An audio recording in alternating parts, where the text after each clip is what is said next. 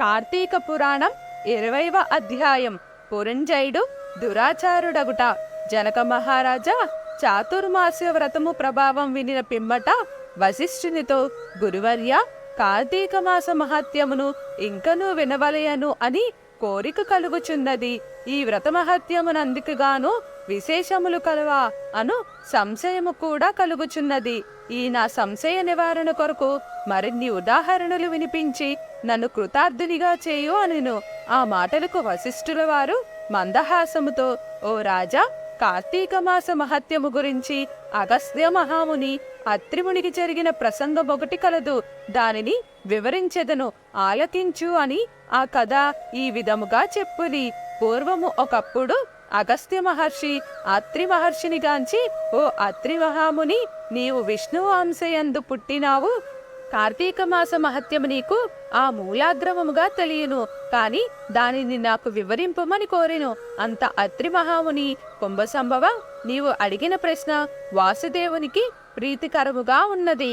కార్తీక మాసముతో సమానముగ మాసం మూగమాసం, వేదముతో సమానమగు మగుశాస్త్రం, ఆరోగ్య సంపదకు సాటియగు సంపదే లేదు.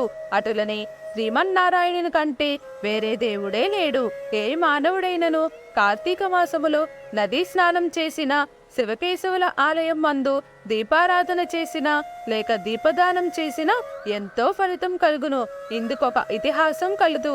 త్రేతాయుగముగా అను పురంజయుడు అను సూర్యవంశపురాజు అయోధ్య నగరమును రాజధానిగా చేసుకుని ప్రజలకు ఏ ఆపదలు రాకుండా పాలిస్తుండేవాడు. అట్లుండ కొంతకాలమునకు పురంజయుడు అమిత ధనాశ చేతను, రాజ్యాధికార గర్వము చేతను జ్ఞానహీనుడై, దుష్టబుద్ధి కలవాడై, దయాదాక్షిణ్యములు లేక దేవబ్రాహ్మణ వాణ్యములు లాగుకొని పరమలోభి చొరులను తేరదీసి వారిచే దొంగతనములు దోపిడీలు చేయించుచు దొంగలు కళ్ళ కొట్టుకొని వచ్చిన ధనములో సగం వాటా తీసుకొని ప్రజలను అభితావహులను చేయుచుండెను.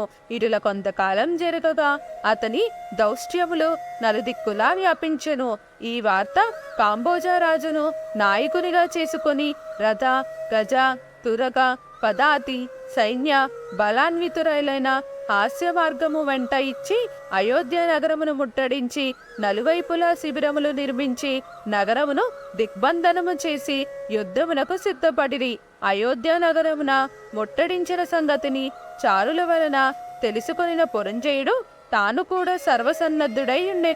అయినను ఎదుటి పక్షము వారిది కబలాన్వితులుగా ఉండటియే కాక, తాను బలహీనుడిగా ఉండటియే కాక, విచారించి ఏమాత్రము ప్రీతి చెందక శాస్త్ర సమిన్వితమైన రాధమెక్కి సైన్యాధిపతులను పూరికల్పి చతురంగ బల సమేతమైన సైన్యముతో యుద్ధ సన్నద్ధుడై అయిన వారిని ఎదుర్కొని బేరమ్రోగించి సింహనాదము గ్రావించుచు మేఘములు గర్జించినట్లు అహంకరించి శత్రు సైన్యములపై పడిను.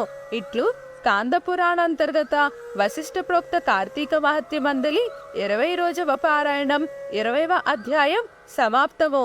స్వస్తి.